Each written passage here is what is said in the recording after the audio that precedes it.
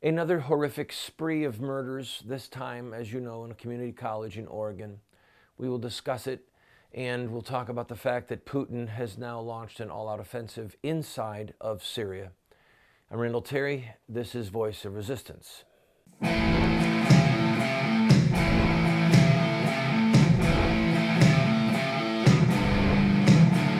Those who forsake the law praise the wicked. Those who uphold the law resist them. Welcome to the Voice of Resistance. Here's your host, Randall Terry. The assassin's name, Chris Harper Mercer. Still details coming out about him. Some say he was a recluse. Obviously, he had problems relating to people. 10 students dead, 15 others injured. And our hearts, first of all, our hearts, when you hear something like this, I'll speak for myself, I feel sick. This is not about me. It's not about us. We are to grieve with those who grieve, weep with those who weep. We have to pray for them. It appears that many of them died as martyrs for their Christian faith. The reports are that he walked up to people and said, "Are you a Christian?" If they said yes, he shot them in the head. If they said no or remained silent, he shot them in the leg. Police got there within a few minutes, had a gun battle with him and killed him. Fortunately, the police station was only a few minutes from the community college. This is horrifying. And any of us with children think, oh my God, where are my kids going to be today? Who's crazy today? Many of the news media were wondering who was this person that he was asking if they were Christians. Was there religious motivation involved? And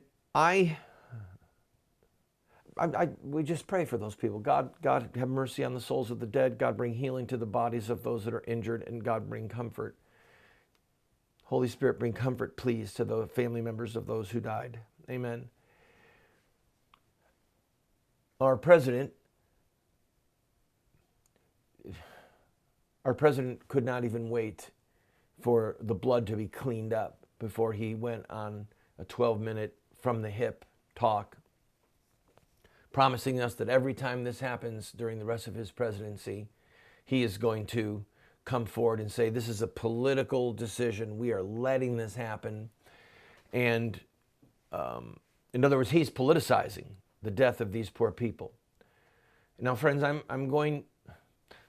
the reason that we do this show is to look at what's in the news and then put it through the grid of Christian principles of liberty as defined by God in the Christian religion, in the scriptures, as echoed in our Declaration of Independence, as imperfectly echoed with our leaders and other leaders in the world.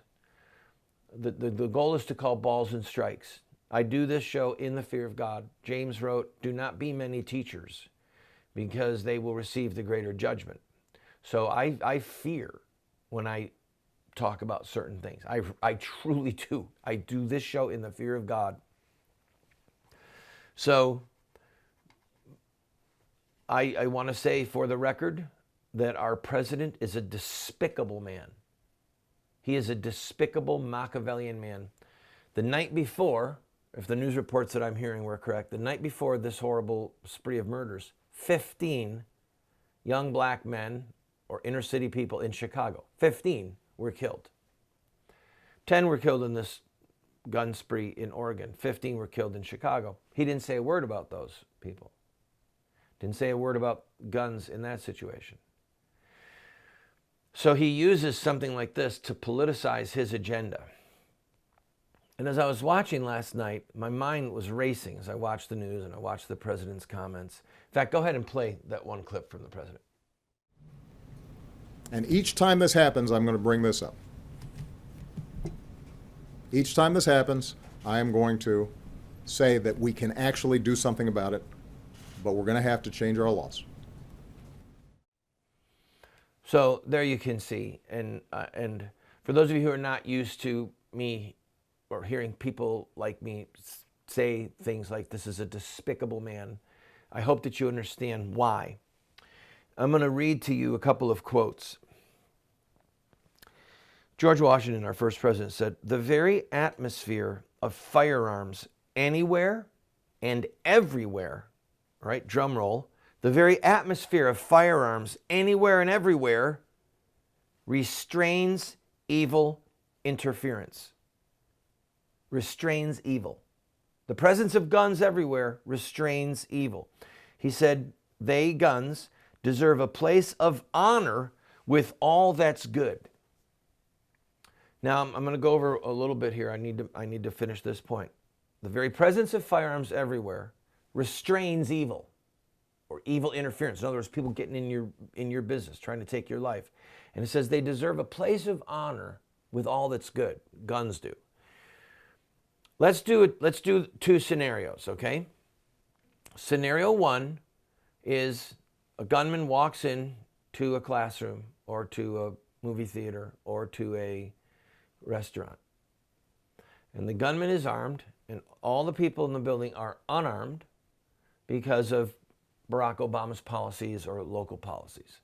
And the gunman begins to shoot and to kill. And he kills 10 people, 20 people, 27 people. Now, do another scenario in which every single person in the restaurant is armed. All of the men have a sidearm on or in their pocket. All the women have a pistol in their purse or on their leg. All of them. Or in the college, all of the students in the room, all of them have been trained how to use a firearm. They've just got their gun with them, like they would have a pocket knife. They've got their gun. Now, let's say that the same gunman in each of those circumstances walks in and pulls out his gun and starts to shoot people. How many people do you think are going to die in the second scenario as opposed to the first? Just do the math. New York City has the strongest gun control laws in the country, and they have one of the highest murder rates. We know that states with the most gun laws tend to have the fewest gun deaths. So the notion that gun laws don't work or just will make it harder for law-abiding citizens and criminals will still get their guns, it's not borne out by the evidence. Okay, it's against the law to have a handgun in New York. Against the law to have a lot of firearms in New York City. And yet they estimate that there's 2 million guns, 4 million guns, 6 million guns. They don't even know how many millions of guns are in New York illegally, and it has a huge murder rate. I want to read one more to come back around to George Washington, one more quote, then I'll take a break. Mahatma Gandhi. You think of him as Mr. Peaceful, right? Mahatma Gandhi. Here's what he said. "Among the many misdeeds of the British rule in India, history will look upon the act of depriving a whole nation of arms as the blackest." Mahatma Gandhi, Mr. Peaceful himself, said that of all the things that the British did against the citizens of India to oppress them, the blackest thing that they did was to deprive the people of India of arms. Do the math.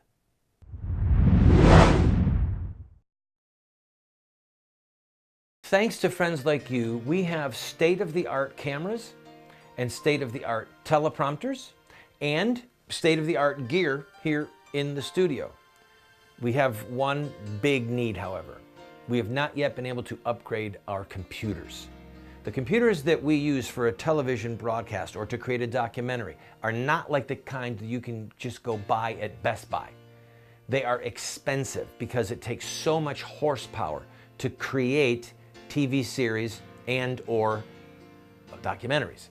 So I'm asking you, if you want to see this show grow and you want to see us finish the What Would Muhammad Do series, help us get these computers. 3 computers that we need right now are going to be just shy of $20,000. That's the kind of horsepower that we need. Go to the GoFundMe page you see right there. Watch the pilot for What Would Muhammad Do? And if you like the show, give us a gift.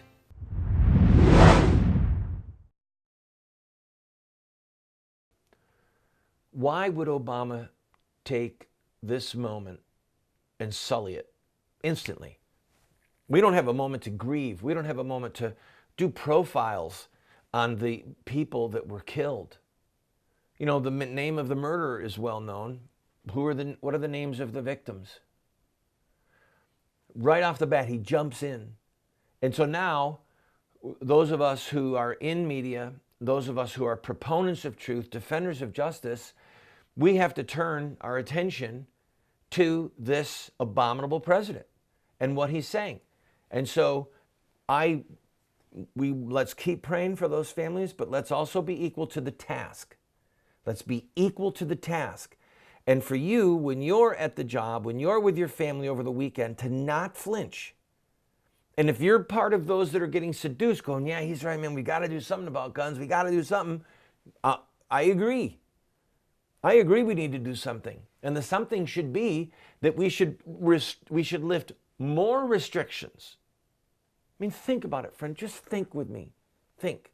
Do you believe that any criminal in America who's carrying a firearm right now is going to give it up because Obama says to? Do you think that? I mean, these are people who will rob you, who will kill you, who will rape those that are close to you and that you love. Why would they give up their gun?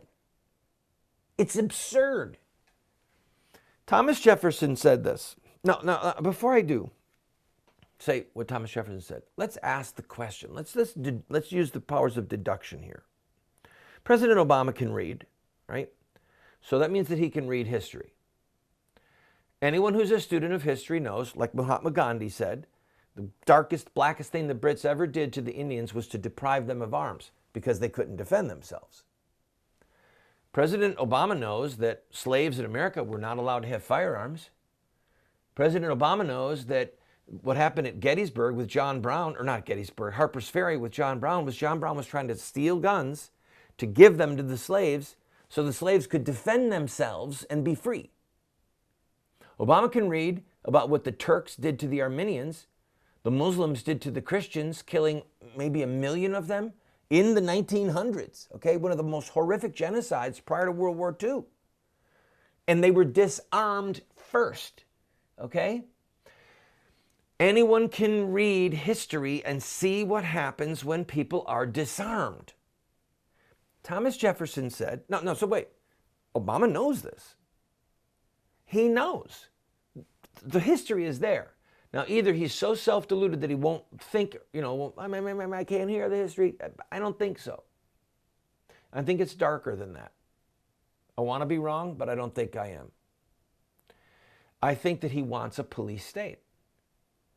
The only states that can become police states, like China or like Russia, are states where they have a monopoly of the firearms in government, not in the hands of its citizens. The end. That's it. And this foul human being in the White House has far more in common with Vladimir Lenin and with Mao Zedong and with Vladimir Putin, for that matter, than any of us would like to imagine. Let me read to you what Thomas Jefferson said. A slave owner, by the way. No free man shall ever be debarred the use of arms, of guns. The strongest reason for the people to retain the right to keep and bear arms is, as a last resort, to protect themselves against tyranny in government. Or do you see this? This is one of the founders of our country. This is the man who wrote the Declaration of Independence, saying, no free man shall ever be debarred the use of arms. That's what Obama wants to do. He wants to strip us of our right to have guns. The strongest reason for the people to retain the right to keep and bear arms is, as a last resort, to protect themselves against tyranny in government.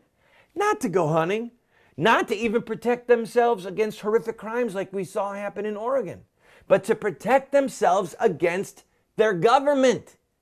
That's why Obama wants to take our guns. He wants the government to be able to have a free hand in doing whatever it wants to people, and for people to not be able to defend themselves. If you want to know what that looks like, go to China. Go to the former Soviet Union. Go to Russia. Okay? Go to any number of Muslim nations. Go to Egypt, where the cops are not allowed to participate, not allowed to be in government, not allowed to be in the military, not allowed to have guns. You want to see what it looks like? Go to the places where they've got a great history of it, where they've really practiced it well. Maybe we could send Obama to one of those places.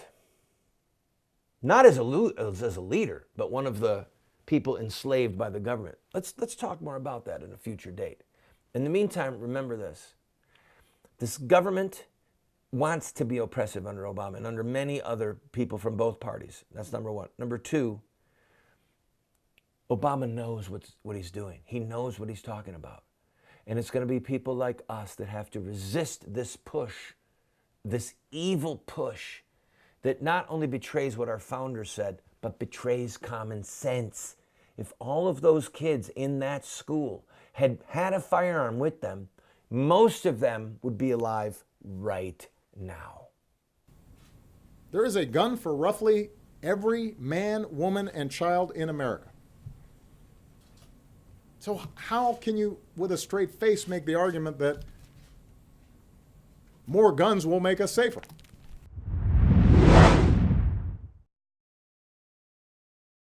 Christians must be involved in government, period. If Christians weren't involved in government, we would not have a United States of America. And there have been brilliant Christian minds over the centuries, such as John Locke, who is called the philosopher of American liberty. He was quoted by Clarence Thomas in his recent dissent on the homosexual marriage decision. If we don't understand John Locke, we don't understand the founding of America. I want to send you this book and my book, The Sword, subtitled The Blessing of Righteous Government and The Overthrow of Tyrants. I want to send you these two books for a gift of whatever you can afford. Pay the $8 shipping and handling, which does not cover our costs, and then give a gift of whatever size you want, and we'll send you these books. If you cannot afford anything but the $8, can't even afford that, write us a note, and we'll send them to you for free. I want you to have these books so that you can be better equipped to fight in the political arena. Come on, order them today.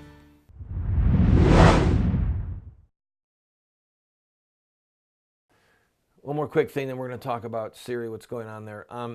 The sheriff of that county in Oregon sent a letter to Vice President Biden and said, we will not enforce any law that you try and put on us from the federal government that is contrary to Oregon state law. And I think he sent it like the day before. And the professor, the president of the college, if you watch her, she seems very flaky to me, okay? That college had a no-gun policy for anyone on the campus, including security, okay? The security guard didn't have a gun. He had mace. One security guard. It's insane, friends. It's insane. Now let's move on to insanity and look at the hypocrisy of our government regarding Putin, Syria. All right. As you probably know, Putin has unleashed massive air attacks against certain areas of Syria. He's saying he's going after ISIS. Some American analysts are saying, well, he's killing people that look like they were the ones that are so-called moderates trying to bring down Assad. If you watch the 60-minute interview that he did just last Sunday, that Putin did before the fighting started, he said, look, yeah, we want to keep Assad in power. Because if you take him out of power, look what happened in Libya. In Libya, you have massive swaths of land in control of Muslim terrorists. Members of ISIS decapitated those 19 men, those Coptic Christians, in Libya. We couldn't do anything to stop them.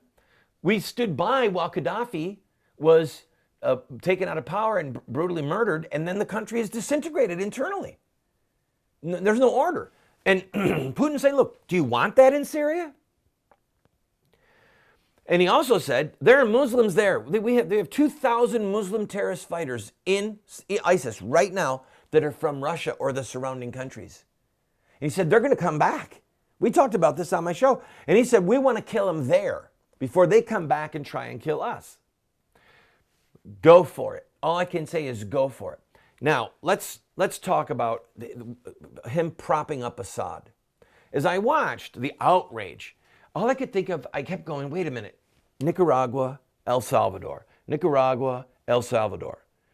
We armed the Contras against the Nicaraguan Sandinistas. President Reagan, who's one of my heroes, he armed them knowing knowing that the Contras were involved in horrible human rights abuses, murders, okay? Assassinating and torturing civilians.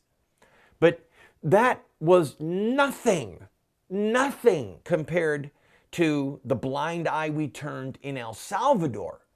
Nothing like we're doing right now in Saudi Arabia. I'm going to take a quick break and I'll give you a quick history lesson when we come back, just so at least you can look at the American hypocrisy before we listen to Obama cluck too much more.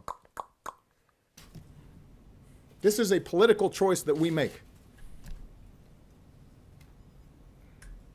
to allow this to happen every few months in America. We collectively are answerable to those families who lose their loved ones because of our inaction. Friend, this TV show represents a mission. It's to be a voice of resistance to the evil in the land, but also to inspire people like you to take a stand at any level that you might be able to equip you, to inspire you, to challenge you, to give you the rhetorical ammunition that you need. But we still have to pay bills. This program, as you know if you're a regular viewer, we don't spend a lot of time raising money. We don't spend a lot of time saying, oh, you need to buy this and we're gonna run. No, we're bringing you a message, but we still have bills that we need to pay. I'm asking you, if you have been blessed by this show, to please go to our website or send a check to the address you see on the screen or call the phone number that you see on the screen and use your credit card, and to give $50 or $100 or $500 just to help us meet our normal expenses. And we'll keep bringing you this hard-hitting show. Hi friend, I'm Randall Terry. George Washington said, government is not reason, it is not eloquent, it is force. Like fire, it is a dangerous servant and a fearful master.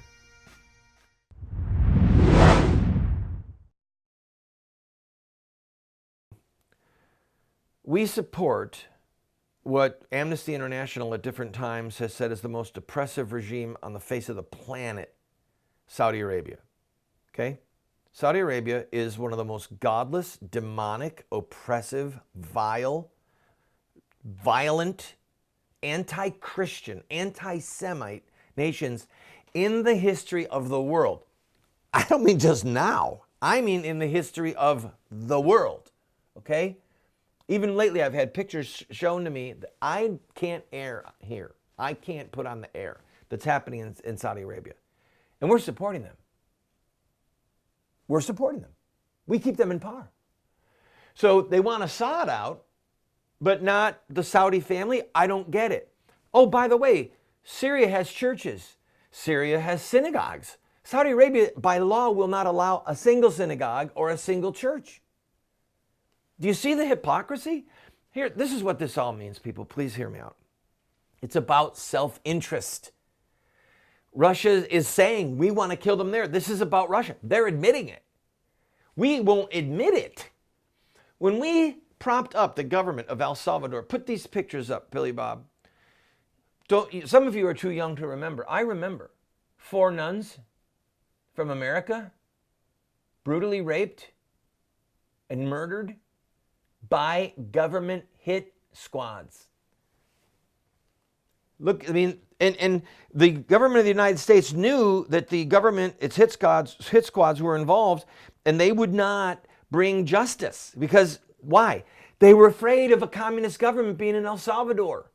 The United States government said, we hate communism so much that we will prop up this government that has government hit squads that are killing thousands of people. Do you remember this man? Put up his picture.